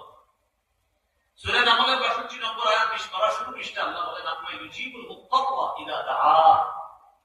পীড়িত ব্যক্তি, বিপদগ্রস্ত ব্যক্তি যখন ডাকে তখন কে সেই সত্তা তার ডাকে সাড়া দেয়? জবাব দেন তিনি কে? আল্লাহরে ডাকা ভুলে গেছি আমরা, আল্লাহরে ডাকলে এটা ভুলে গেছি আমরা। এই দেখেন আমার পাশে তিনি বসা, তিনি আমাদের যদি ডাক দেয় আরিফিন হাবিব জি বলেন কি বলবেন, আবার ডাকতেছে বলেন কি বলবেন, আবার ডাকতেছে আরে বলেন কি বলবেন, 4-5 বার ডাক দিলে বলবো এই কি হয়েছে কি বলবেন বলেন, রাগ করে। মাখলুককে ডাক দিলে বারবার মাখলুক রাগ করে, ভাই দেন না কিছু দেন, ভিক্ষা চায়, 1 বার 2 বার 3 বার, এই তোরটা দিছি ওই দিন 5-6 বার চাইলে একটা ধমক দেয়, যা আর বিনা সামনে। মানুষের কাছে চাইলে মানুষ রাগ করে, আল্লাহর কাছে না চাইলে আল্লাহ বলছেন আল্লাহ বিসমিল্লাহ ইয়াতবা আলাইহি, যে আল্লাহর কাছে চায় না আল্লাহ তার উপর রাগ করে। চিন্তা করেন আমাদের রব কত মহান। আমি ওনারে বারবার ডাকলে উনি রাগ করে, তিনি আমাকে ডাকলে আমি রাগ করি। আমার রব বলেন আমরা না ডাকলে আমি রাগ করি। খুব বেশি না, ছয় না, আল্লাহ খুব বেশি দোয়া করেন। দোয়া করা আপনার ভুলে গেছে, হয়তো মাহফিলে আসছেন নিজেকে কিছু দোয়া করবেন, হুজুররা দোয়া বললে দোয়া না, দোয়া প্রত্যেকে করবে। এখানে করছেন ভালো, এই ঘুমাইতে যাবেন, হঠাৎ বিছানায় বসে আছেন, ঘুম আসতেছে না, বসে বসে দোয়া করা শুরু করে আমি দাও 1488 1490 মুখ মারাও হাত করে হাত তুলে ইচ্ছা মতো বলতেছেন আল্লাহ রাজা মুসলমান কত কষ্ট আছে, কিছু বলেন না, কিছু বলেন না। আলেমদের সাথে বলতেছেন একা একা যখনই মনে করতেছে তাদের কথা, রিক্সা আছেন, রিক্সায় বলার পর বসে বলা শুরু করেন আল্লাহ আমার ভাইরা কত বিপদ আছে, জুতার ফিতা বাজারে কিনতে যাবেন, আল্লাহকে বলেছেন আল্লাহ আমি জুতার ফিতা কিনতে যাইতেছি, আমার জুতার ফিতাটা যেন জুতার জন্য টেকসই হয়। এই যে আল্লাহকে বললেন, এই কলাটা ইবাদতে পূর্ণ হয়ে গেছে। আবু দাউদ 1482 নম্বর হাদিস, দুআ ওয়াল ইবাদা, দোয়া করা এটা ইবাদত। সুবহানাল্লাহ। তাহলে 6 নাম্বার দোয়া করা, 6 নাম্বার দোয়া আজকে ইনশাআল্লাহ আজকে থেকে যত বেশি যখনই সময় হয় আল্লাহকে কিছু বলা, আল্লাহ আমি একটা সুই কিনতে যাইতেছি, আমার সুইটা যেন আমার জন্য ক্ষতিকারক না হয়, আমার বিবির জন্য ক্ষতিকারক না হয়। এই যে শুধু আল্লাহকে বললেন, ইবাদত পেয়ে গেছেন, সওয়াব হয়ে গেছে। 7 নাম্বারটা একটু আমার সাথে বলেন, বলেন আল্লাহর উপর ভরসা করে, আল্লাহর উপর ভরসা করে ধৈর্যের সাথে সাহায্যের অপেক্ষা করে, ভরসা করে কার উপর, ধৈর্য ধরে কিসের অপেক্ষা করা, সাথে মানে এইভাবে যে আল্লাহ সাহায্য আসবে, আসবে সাহায্য আসবে, ধৈর্য আসবে, ইনশাআল্লাহ আসবে। বাকি ওই যে ঈমান মজবুত, তেলাওয়াত মজবুত, নামাজ মজবুত, রোজা মজবুত, ওই ভুলভ্রান্তিগুলো আমার থাকা যাবে না। এই সব ভুলগুলো থেকে যখন আমি নিজের সংশোধন করে বলবো ইনশাআল্লাহ আল্লাহ সাহায্য আসবে, তখন ভরসা করবো আল্লাহ সাহায্য পাঠাবে ইনশাআল্লাহ। এই কথাটা নবীজি সাল্লাল্লাহু আলাইহি ওয়াসাল্লাম হাদিসে বলছেন, জেনে রাখবা আপনার নাসরা মা'আস সাবরি, জেনে রাখবা ধৈর্যের সাথে সাহায্য আছে। সুবহানাল্লাহ, ধৈর্যের সাথে সাহায্য আছে। এই কথাটাই সূরা আলে ইমরানের 159 নম্বর আয়াতে আল্লাহ বলেন, ইয়ানসুরকুমুল্লাহ ফালা গালিবা লাকুম, আরে আল্লাহ যদি তোমাদেরকে সাহায্য করে তোমাদেরকে পৃথিবীর কেউ হারাতে পারবে না। এগুলো 7 নাম্বার। 8, 9, 10, 11, 12 বলে একটু মন দিয়ে শুনেন। 8 বলেন পরস্পর ভাতৃত্বের সম্পর্ক জোরদার করা। আমরা মুমিনগণ পরস্পর ভাই ভাই কাজে করবে নাই নাই। পরস্পর কি কাজে করবে,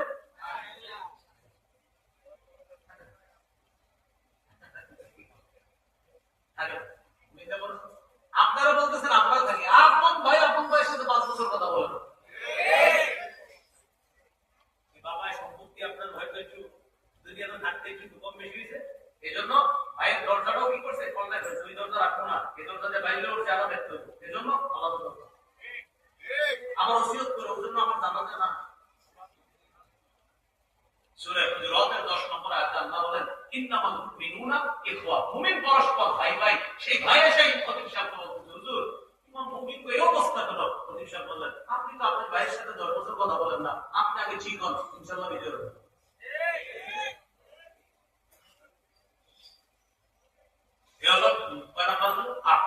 ভাতৃত্বের সম্পর্ক বাড়ানো। আমাদের নবীর একটা মায়ার কথা শুনে বিদায় হয়ে নবী বলছে, এই শোনো, তাআলামনা আনতাকুল্লা মুসলিমিন আকুল লিল মুসলিম, আমি নবী আজকে ঘোষণা করতেছি এই পৃথিবীতে যত মুসলমান আছে আমি নবী সকলকে ভাই ভাই বলে ঘোষণা করে দিলাম। কত মায়ার কথা না না, বলেন পারস্পরিক ঝগড়া বিবাদ কমিয়ে আন্তরিকতা বাড়ানো। সূরা আনফালের 46 নম্বর আয়াতে আল্লাহ বলেন, ওয়াতিউল্লাহ ওয়া রাসূলাহু ওয়া লা তানাযাউ ফাতাফশালু ওয়া তাযহাবা রিহুকুম, তোমরা আল্লাহর আনুগত্য করো, রাসূলের আনুগত্য করো, ওয়া লা তানাযাউ, পরস্পর ঝগড়া করো না, ফাতাফশালু, যদি ঝগড়া করো তোমরা দুর্বল হয়ে পড়বে, ওয়া তাযহাবা রিহুকুম, তোমাদের শক্তি খর্ব হয়ে যাবে। তাকারি একজন, দুইজন, তিনজন, চারজন, আমরা 4 জনে মিলে এক দল, 4 জনের এক শক্তি। বলেন শক্তি কম না বেশি? আমরা 4 জনে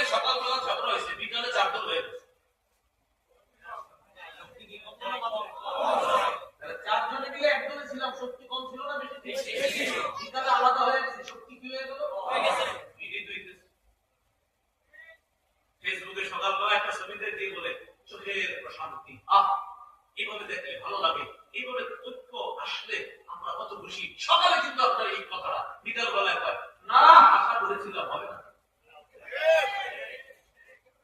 আরে কোন জায়গায় একসাথে রয়েছে ছবি দিদিতে দিয়ে বলতে কি চোখের শীতলতা এক হয়ে যাবে। এখনো সময় আছে, এখনো সময় আছে। মাইক থেকে বাঁচতে হইলে বাঁচার জন্য আলাদা হইলে সবাই মরবে, বাঁচার জন্য আলাদা হইলে সবাই।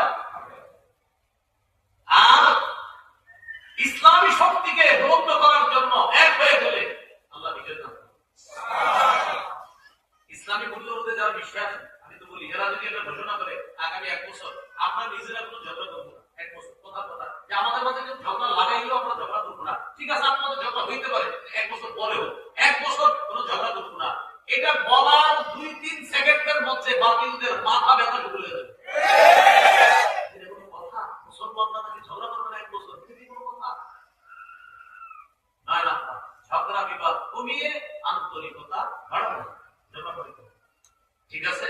দল প্রত্যেকের আলাদা থাক, আলাদা আলাদা দল প্রত্যেকে ইসলাম পরিচয়ে এক হতে হবে। দল আলাদা হোক, ইসলাম পরিচয় বলতে হবে আমি আপনাদের মহব্বত করি, আপনি আমাদের মহব্বত করেন, এই মহব্বত এটা থাকতে হবে।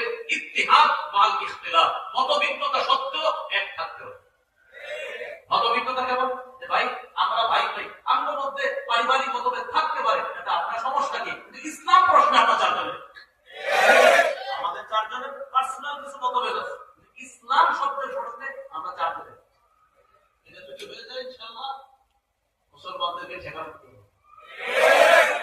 এগুলো 9 নম্বর। 10 নম্বরটা খুবই গুরুত্বপূর্ণ। বলেন পৃথিবীর কোথাও একজন মুসলমান আঘাতপ্রাপ্ত হলে প্রত্যেকে বলেন আমি আঘাতপ্রাপ্ত হব, প্রত্যেকে বলেন আমি আঘাতপ্রাপ্ত হব। এর মানে পৃথিবীর একজন মুসলমান যদি ব্যথা পায়, সারা পৃথিবীর সব মুসলমান ব্যথা পায়। নবীজি বলেছেন আল মুসলিমুনা কাজাসাদিন ওয়াহিদ, সমস্ত মুসলমান এক দেহের মতো। এই দেহের আমার একটা দেহ, এই হাতে ব্যথা পেয়েছি, ব্যথা কি শুধু হাতে অনুভব হয়েছে না পুরো দেহে? এখন বলেন সারা পৃথিবীর মুসলমান কয় দেহ? কয় দেহ? আফ্রিকার কোন এক মুসলমান আক্রান্ত হলে আমার দেহ আক্রান্ত হয়েছে, কাশ্মীরের কোন মুসলমান আক্রান্ত হলে আমার দেহ আক্রান্ত হয়েছে, ফিলিস্তিন, শিশান, আফগানিস্তান, ইরাক, ইরান, সৌদি আরব, পৃথিবীর কোথাও কোন মুসলমান আক্রান্ত হওয়া মানে আমার দেহ আক্রান্ত হওয়া। এটা 10 নম্বর। যদি দেখেন কোন মুসলমানের ব্যথায় আপনি ব্যতীত না, আপনি বিজয় আশা করবেন না, বিজয়ের পথে বাধা আপনি, কারণ আপনি সে আফ্রিকার কারো মুসলমানের জন্য ব্যতীত না। 10 নম্বর। মুসলমানের বিপর্যয় বর্তমান এটা বাঁচার উত্তরণের 11 নম্বর উপায়। বলেন নির্যাতিত, নিপীড়িত মুসলমানদের একা ছেড়ে না দিয়ে অর্থনৈতিক ভাবে তাদের পাশে দাঁড়ানো। যেমন বর্তমানে ফিলিস্তিনের গাজাবাসীদের জন্য আমাদের বাংলাদেশ থেকে মাশাআল্লাহ সঠিক সোর্সের মাধ্যমে ত্রাণ পৌঁছে যাচ্ছে। আপনারাও স্থানীয় ওলামা পরিষদ যারা আছে, আইকমা পরিষদ যারা আছে, এই মসজিদের ইমাম খতিব যারা, তাদের সাথে পরামর্শ করে আপনারাও অর্থনৈতিক একটা সহযোগিতা ঢাকাস্থ ওলামা একরাম যারা আছে তাদের মাধ্যমে সঠিক সোর্সে ফিলিস্তিন পৌঁছে দেওয়ার জন্য আপনাদের কাছে আমি আরজ করে দেব। বলেন ইনশাআল্লাহ ওলামা একরামের সাথে পরামর্শ করেন, তারা ঢাকার আলেমদের সাথে ঠিক পরামর্শ করবে কিভাবে একটা 1 টাকা যে কথা হতো আমার সামর্থ্য 1 টাকা, আপনি 1 টাকাই দেবেন। কারণ বলেন সবাই, কারণ হলো আমার ভাই আক্রান্ত, আমার ভাই কি আক্রান্ত। 12 নম্বর কঠিন কথা। বলেন জুলুমের বিরুদ্ধে বজ্র আওয়াজ তোলা। এটা 12 নম্বর। জুলুমের বিরুদ্ধে আমাদের প্রতিনিয়ত বলতে হবে। আমরা শুধু ব্যক্তি দিয়ে একজনকে দায়িত্ব দিয়ে দিই, আমরা কেউ বলি না আপনার পাশে যাবেন, আপনিও জালেমের বিরুদ্ধে বলতে হবে। আমরা শুধু মাইকের সামনে যে বসে ওই দায়িত্ব দিই, হুজুর আপনি শুধু করবেন আর আমরা চুপচাপ থাকবো, মাইকের যা খাবেন আপনি খাবেন, আমরা চুপ থাকবো। জালেমের বিরুদ্ধে, জুলুমের বিরুদ্ধে সবাই বলতে হবে। সূরা হুদের 113 নম্বর আয়াতে আছে আল্লাহ তাকাম ইলাল্লাযিনা যালামু, যারা জালেম তাদের প্রতি অনুরক্ত হয়ে পড়ো না, ফাতামাসসাকুমুন নার, আগুন তোমাদেরকে স্পর্শ করবে। এই আয়াতের ছোট্ট একটা ব্যাখ্যা হলো এই, বলেন আমার সাথে, জালেমের দু চারটি ভালো কাজ দেখে তাকে প্রশংসার বন্যায় ভাসিয়ে দেওয়া যাবে না। জালেমের দু চারটা ভালো কাজ আছে, আর হাজার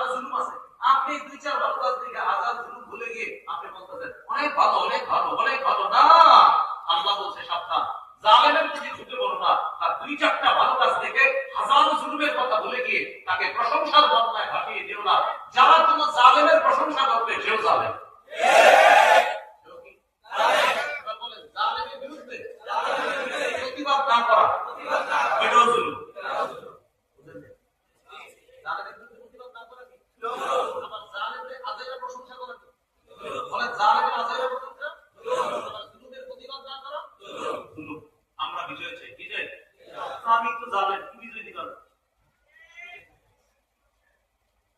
এটা 12 নম্বর। 13 নম্বর উপায় বলেন মুসলমান বিলাসী জীবন ছাড়তে হবে। মুসলমানদের দেখলেই মনে হবে ভাই কোথায় যাবে, ভাই নামাজ দিতেছে, ভাই কোথায় যাবে, মাথা দিয়ে ভাই কোথায় যাবে, আরে ঘুরবে একটা কাজ দিতেছে, ভাই কোথায় যাবে, একজনকে নামাজের দাওয়াত দিল, আসসালামু আলাইকুম ভাই কোথায় যাচ্ছে, ছেলেদের মাদ্রাসায় দিতে যাচ্ছে, আসসালামু আলাইকুম ভাই কোথায় যাচ্ছে, আপু অসুস্থ হসপিটালে নিয়ে যাচ্ছে, আসসালামু আলাইকুম ভাই কোথায়, আমার এক বন্ধু অসুস্থ, তাকে সুস্থতার জন্য আমি চেষ্টা করতেছি কিভাবে বন্ধুর ওষুধগুলো দেওয়া যায়, আল্লাহর নাম নিয়ে আমি তার দেখতে যাইতেছি, ইয়াদাতুল মারিদ এই সূত্রটা আদায় করতে যাইতেছি। মানে মুমিনকে দেখলেই মনে হবে আল্লাহর কোনো না কোনো কাজে সে ব্যস্ত। তিরমিজির হাদিস 2320 নম্বর হাদিস, লাউ কানাতিদ দুনিয়া তা'দিলু ইনদাল্লাহি জানাহা বাউদাতিন মা সাকা কাফিরান মিনহা শারবাতা মা। এই পৃথিবীর মূল্য যদি আল্লাহর কাছে একটা মাছির দানা পরিমাণ হতো, কোন কাফেরকে আল্লাহ এই পৃথিবীর এক ঢোক পানি পান করতে দিতেন না। যেন দুনিয়ার বিলাসিতা এগুলো কাফেরদের জন্য। মুমিন হালাল টাকা প্রচুর কামাই করবে, কিন্তু মুমিনের এই হালাল টাকা বেশি হবেও এটাও দিনের জন্য। কিসের জন্য? আল্লাহ কবুল করুন। 12 নাম্বার বলেন অধিকার আদায়ের লড়াই অব্যাহত রাখা। আবার অধিকার আদায়ের লড়াই অব্যাহত রাখা। মুসলমানদের অধিকার আদায়ের লড়াইয়ের নাম পবিত্র জিহাদ। মক্কার কাফেররা বলেন 13 বছর সন্ত্রাসী করেছে, সন্ত্রাসকে প্রতিহত করার জন্য আল্লাহ তাআলা জিহাদ নামক পবিত্র বিধান দিয়েছেন। এই সন্ত্রাসী প্রতিহত করার যে পবিত্র বিধান দিয়েছে এটার নাম কি? দেখবেন যারা জিহাদের বিরোধিতা করে কিছু সুশীল আছে, অসুশীল, সুশীল নামে অসুশীল, ওরা টক শুনতে বসার পরে আপনার কিছু ইংরেজি বলবে, আপনারা পরে বলবে মদিনার জীবন না, কিভাবে বলবো মদিনার জীবন, মুহাম্মদ সাল্লাল্লাহু আলাইহি ওয়াসাল্লাম উনি এইভাবে জিহাদ করছে, অস্ত্র ধারণ করছে। এরা মক্কার 13 বছরের কথা বলে না, কারণ 13 বছরের কথা বললেই ওদের প্রেতাত্মারা ধরা গেছে। ওরা শুরু করে কোন জীবন? মদিনার জীবন। অথচ নবীর রয়ে গেছে কোন জীবন? আপনার সুশীলরা যখন আমার নবীর বিরোধিতা করবে ওরা কি করে জানেন? মদিনার জীবন থেকে শুরু করে। আগে তো 13 বছর বাইরে গেছে নবী, সাহাবায়ে কেরাম সন্ত্রাসগিরি সহ্য করতে, ওটা যদি বলে, ওটা বলার পরে ওখানে যারা থাকবে টকশোতে ওরাই বলবে নবী এত কষ্ট পেয়েছে 13 বছর। জীবনে জীবিত আছে, তাদেরকে তো সাইজ করা দরকার নেই। এই 13 বছরের কথা না বললে শুরু করে কোথা থেকে চিন্তা করতে শুরু করে দ্বিতীয় থেকে বদর। আরে বদর কেন তৈরি হলো এটা বলো। এটা বলে তাহলে প্রিয় ভাইরা কথা বলতে 13 বছরের জীবনী যখন আপনি করবেন তখন দেখবেন যে জিহাদ কতটা জরুরি ছিল, কারণ খালি সন্ত্রাসগিরি সহ্য করছে। জানেন একদিন নবীজি কাবা চত্বরে আপনার শুয়ে রয়েছে, বুখারীর বর্ণনা, খাব্বাব রাদিয়াল্লাহু তাআলা আনহু আর এই ঘটনা আম্মার রাদিয়াল্লাহু তাআলা আনহা আয়েশা বলে, ইয়া রাসূলুল্লাহ একটু আল্লাহর কাছে বলেন না, খুব কষ্ট হইতেছে হুজুর, কাফেররা এত নির্যাতন করতেছে। নবীর চেহারা লাল হয়ে গেছে। নবীজি বললেন, হ্যাঁ এতটুকু সহ্য করতে পারো না? আগে জামানায় মুমিনদের মাথার মাঝখানে করাত রাখা হয়েছে, ওই অবস্থায় তাদের ঈমান তাদেরকে ঈমান থেকে তাদেরকে টলাতে পারে নাই, ওই অস্ত্র তাদেরকে ঈমান থেকে দূরে রাখতে পারে নাই। আর তুমি এতটুকু কথা বলতেছো তাদের বিরুদ্ধে বদদোয়া করতে। এরকম অসহনীয় নির্যাতন করছে 13 বছর। রাস্তার মধ্যে আপনার ফেলে রাখছে, পাথর চাপা দিছে উপরে, উত্তপ্ত গরম বালুর মধ্যে শোয়া রাখছে সাহাবায়ে কেরামকে। এরপরেও জিহাদের বিধান তখন আসে নাই। 13 বছর এইভাবে নির্যাতন সহ্য করার পর সূরা হজের আয়াত আল্লাহ নাযিল করছে, উযিনা লিল্লাযীনা ইউকাতালুনা বিআন্নাহুম যুলিমু। ও নবী অনেক হয়েছে, অনেক নির্যাতনের শিকার হয়েছে, আপনাদের পরিচয় আপনারা এখন মাজলুম। বলেন আপনারা কি মাজলুম? এই মাজলুম সাহাবায়ে কেরামদেরকে আল্লাহ তাআলা তখন বিধান দিলেন, এই মাজলুম তোমরা যারা আছো আর জুলুম সহ্য করা যাবে না, এখন জুলুমকে প্রতিহত করতে হবে। ওই জুলুম প্রতিহত করার পবিত্র বিধানের নাম আগে কয় বছর সন্ত্রাস হয়েছে? জুলুম হয়েছে কয় বছর? বলেন সবাই, জুলুম কয় বছর? সন্ত্রাসী কয় বছর? জুলুম প্রতিহত করার যে পবিত্র বিধান এটার নাম কি? আপনি আরো 10 জনকে এইভাবে বুঝাই কাকা এইভাবে 13 বছর নবীরে অত্যাচার করছে, সাহাবীদেরকে অত্যাচার করছে। আপনি আপনারে বুঝাবেন, আপনার আব্বারে বুঝাবেন, আপনার বন্ধুরে বুঝাবেন, যে বুঝে না ওরে বুঝাবেন। ভাই 13 বছর নির্যাতন করছে, 13 বছর অত্যাচার করছে, এরপরে অত্যাচার বুঝান দিয়েছি কিন্তু আগে 13 বছর মাইর খেয়েছে। সুশীলরা কি করে যাবেন? শুরু করে কোন জীবন থেকে? মক্কা জীবনটা বলেন। তাহলে অধিকার আদায়ের লড়াই অব্যাহত রাখা, মুসলমানদের অধিকার আদায়ের লড়াইয়ের নাম মনে থাকবে ইনশাআল্লাহ। 15 নাম্বার, একজন আদর্শ শাসক আল্লাহর কাছে চেয়ে নেওয়া আর আমরাও চেষ্টা করব আদর্শ শাসকের জন্য। 4 কাজের যোগ্যতা রাখে 10 গুণী গুণান্বিত একজন আদর্শ শাসক লাগবে আমাদের। 4 কাজের মধ্যে 4টা কাজ হলো নামাজ কায়েম করা, যাকাত আদায় করা, সৎ কাজে আদেশ করা, অসৎ কাজে নিষেধ করা। সূরা বাকারা 41 নম্বর আয়াত। আর 10 গুণী গুণান্বিত লম্বা আলোচনার বিষয় সূরা নামল 15 থেকে 19 নম্বর আয়াত, সূরা আম্বিয়া 81 নম্বর আয়াত, সূরা সদ 26 নম্বর আয়াত, সূরা সদ 30 নম্বর আয়াত, সহিহ বুখারী 6788 নম্বর হাদিস, সূরা কাহফ 83 থেকে 98 নম্বর আয়াত, সূরা ইউসুফ 55 নম্বর আয়াত, সূরা মাইদা 58 নম্বর আয়াত, সূরা নিসা 58 নম্বর আয়াত, সূরা মাইদা 48 থেকে 50 নম্বর আয়াত।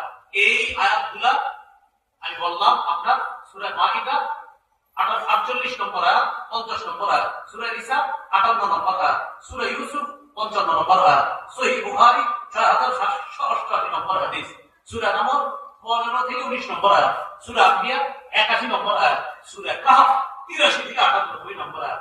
এগুলো বলার উদ্দেশ্য অনেকে মাশাআল্লাহ কোরআনের অনুবাদ করে, এই অনুবাদগুলো পড়লে আদর্শ শাসকের 10 গুণ আপনারা পেয়ে যাবেন ইনশাআল্লাহ। এই আয়াতগুলোর মধ্যে 10 গুণ পাওয়া যাবে আর 4 কাজের কথা পাওয়া যাবে সূরা হজর 41 নম্বর আয়াত। এরকম একজন শাসক আল্লাহর কাছ থেকে আপনারা দোয়া করে নিতে হবে আর আপনারা নিজেরাও চেষ্টা করতে হবে, বলেন ইনশাআল্লাহ। 16 নম্বর শুরা ব্যবস্থা, পরামর্শ ভিত্তিক রাষ্ট্র ব্যবস্থা, সমাজ ব্যবস্থা গুরুত্ব। এই মসজিদ ভিত্তিক অধিষ্ঠান যারা আছে আমরা জাতিকে বুঝাইতে হবে, মসজিদ থেকে জাতিকে এটা বোঝাতে হবে পরামর্শ ভিত্তিক রাষ্ট্র ব্যবস্থা, সমাজ ব্যবস্থা কি ফায়দা এটা বোঝাতে হবে। এটা হলো সহজ। আল্লাহ বলেছেন নবী আপনি সাহাবীদের সাথে বিভিন্ন বিষয়ে পরামর্শ করেন, নবী ওয়াশাবিরহুম ফিল আমর তাদের সাথে পরামর্শ করেন। ফাইদা আযামতা ফাতাওয়াক্কাল আলাল্লাহ, পরামর্শ করার পর যখন আপনি দৃঢ়ভাবে নিশ্চিতভাবে সিদ্ধান্ত নিয়ে নেবেন, আল্লাহর উপর ভরসা করেন, আল্লাহ ওই সিদ্ধান্তে বরকত দান করবেন। 17 নম্বর সর্বশেষ কথা আছে, বলেন শত্রুকে বন্ধু ভাবার সুযোগ নাই। শত্রু শত্রুই, আবার বলেন শত্রু শত্রুই, ও যত সুন্দর রূপ ধারণ করুক শত্রুই ও কি সূরা মাইদা 51 নম্বর আয়াত 16 নম্বর পৃষ্ঠা আল্লাহ বলেন ইয়া আইয়ুহাল্লাযীনা আমানু লা তাত্তাখিযুল ইয়াহুদা ওয়ান নাসারা আউলিয়া, হে ঈমানদারগণ ইহুদি খ্রিস্টানদেরকে অভিভাবক বানাও না, তারা একে অপরের অভিভাবক, তাদেরকে অভিভাবক বানাও না। আমরা ঘুরে ফিরে ওদেরকে অভিভাবক বানাইতেছি, ওদেরকে অভিভাবক বানানো যাবে না। আল্লাহ ওদের তৌফিক দান করেন। 17টি উপায় বললাম বর্তমান পরিস্থিতিকে উত্তরণের, মন দিয়ে শোনেন, যারা পরে আসছেন তারাও শোনেন।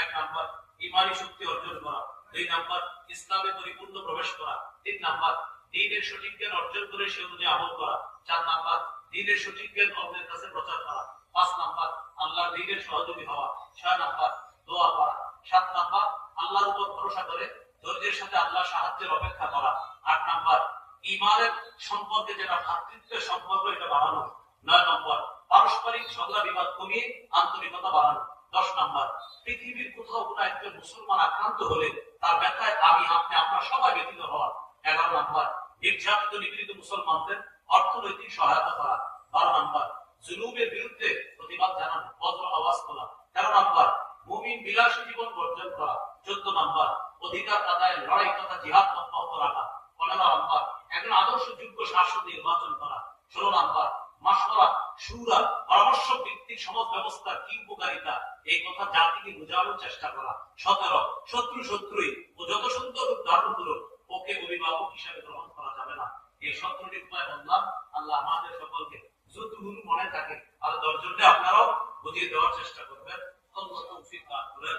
সুবহানাল্লাহি ওয়া বিহামদিহি। বসে বসে একটু গুরুত্বপূর্ণ অনুষ্ঠান আছে, এই নাফরমানির কারণে ঈমানি শক্তি কমে যাচ্ছে। আল্লাহ আমাদেরকে নাফরমানি থেকে হেফাজত করেন। আমিন। আপনারা অন্যদেরকে একটু ইকরাম করেন, একটু একটু সামনে আসেন, সবাই একটু সামনে আসেন।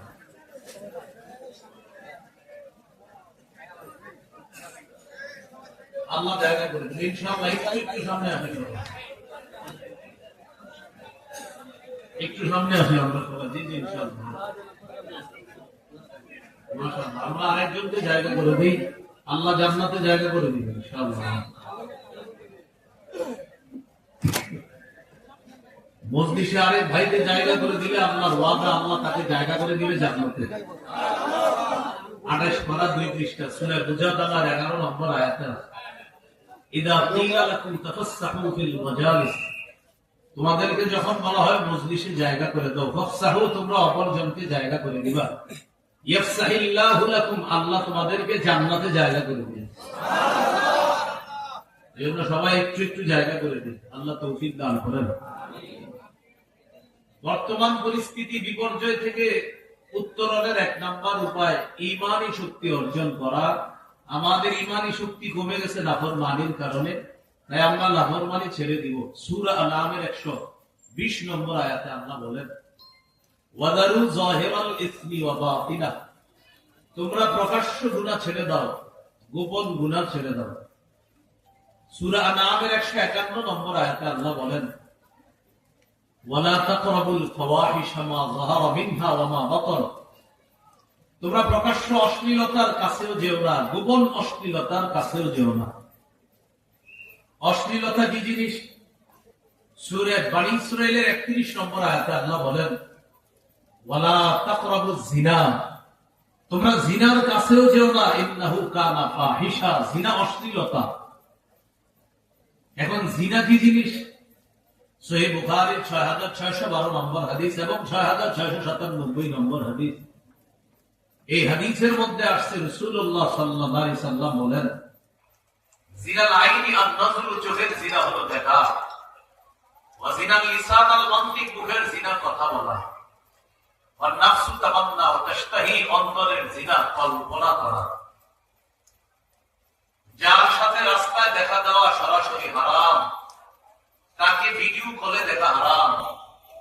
যাকে রাস্তায় সরাসরি দেখলে চোখের জিনা হয়, তাকে ভিডিও কলে নাটক সিনেমায় দেখলে চোখের জিনা হয়। যার সাথে সরাসরি কথা বলা হারাম, তার সাথে মোবাইলে কথা বলা হারাম। যার সাথে অনর্থক কথা বলা হারাম, তাকে SMS দেওয়া হারাম, হাতের জিনা হবে। যার সাথে কথা বলা হারাম, তার সাথে কথা বললে মুখের জিনা, কানের জিনা, তাকে অনুভব করলে অন্তরের জিনা, শরীরের ঘ্রাণ দিলে নাকের জিনা, তার সাথে দেখা করার জন্য রওনা করলে পায়ের জিনা, আল্লাহ না করেন নাউযুবিল্লাহ, অবৈধ স্পর্শ করলে হাতের জিনা।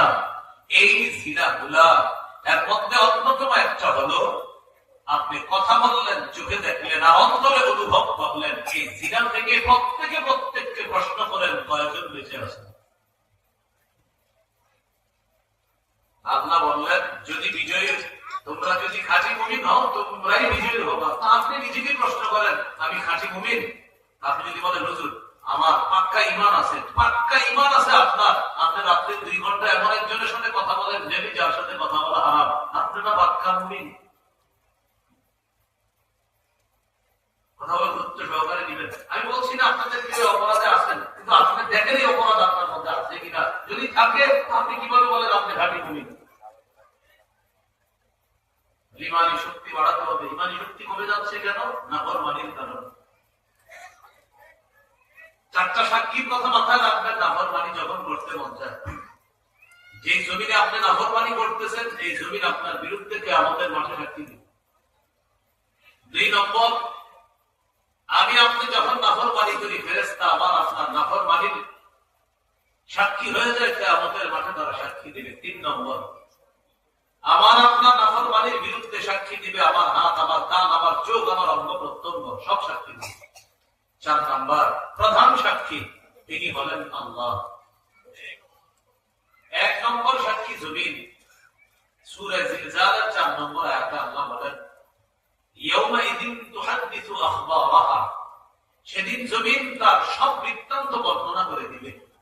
এই আয়াতের ব্যাখ্যায় তাফসীর ইবনে কাসীর আছে, কিয়ামতের ময়দানে জমিন আল্লাহর কাছে বলবে, আল্লাহ অমুক ব্যক্তি, অমুকের সন্তান, অমুক দিনে, অমুক এলাকায়, অমুক সময়ে আমি জমিনের উপর দাঁড়িয়ে বা বসে আপনার নাফরমানি করছে, আমি জমিনটার বিরুদ্ধে মামলা করলাম, বিচার চাই, আপনি তার বিচার করেন। 1 নম্বর সাক্ষী 2 নম্বর সাক্ষী ফেরেশতা। সূরা ইনফিতারের 10 থেকে 12 নম্বর আয়াতে আল্লাহ বলেন, ওয়া ইন্না আলাইকুম লাহাফিজিন কিরামান কাতিবিনা ইয়ালামুনা মা তাফআলুন। নিশ্চয়ই তোমাদের উপর রয়েছে সংরক্ষণকারী ফেরেশতা, সম্মানিত লেখকগণ, তোমরা যা করো তারা তা জানে। 25, 12, 14 পৃষ্ঠার শুরুর আয়াত, সূরা যুখরুফের 80 নম্বর আয়াত আল্লাহ বলেন, মালা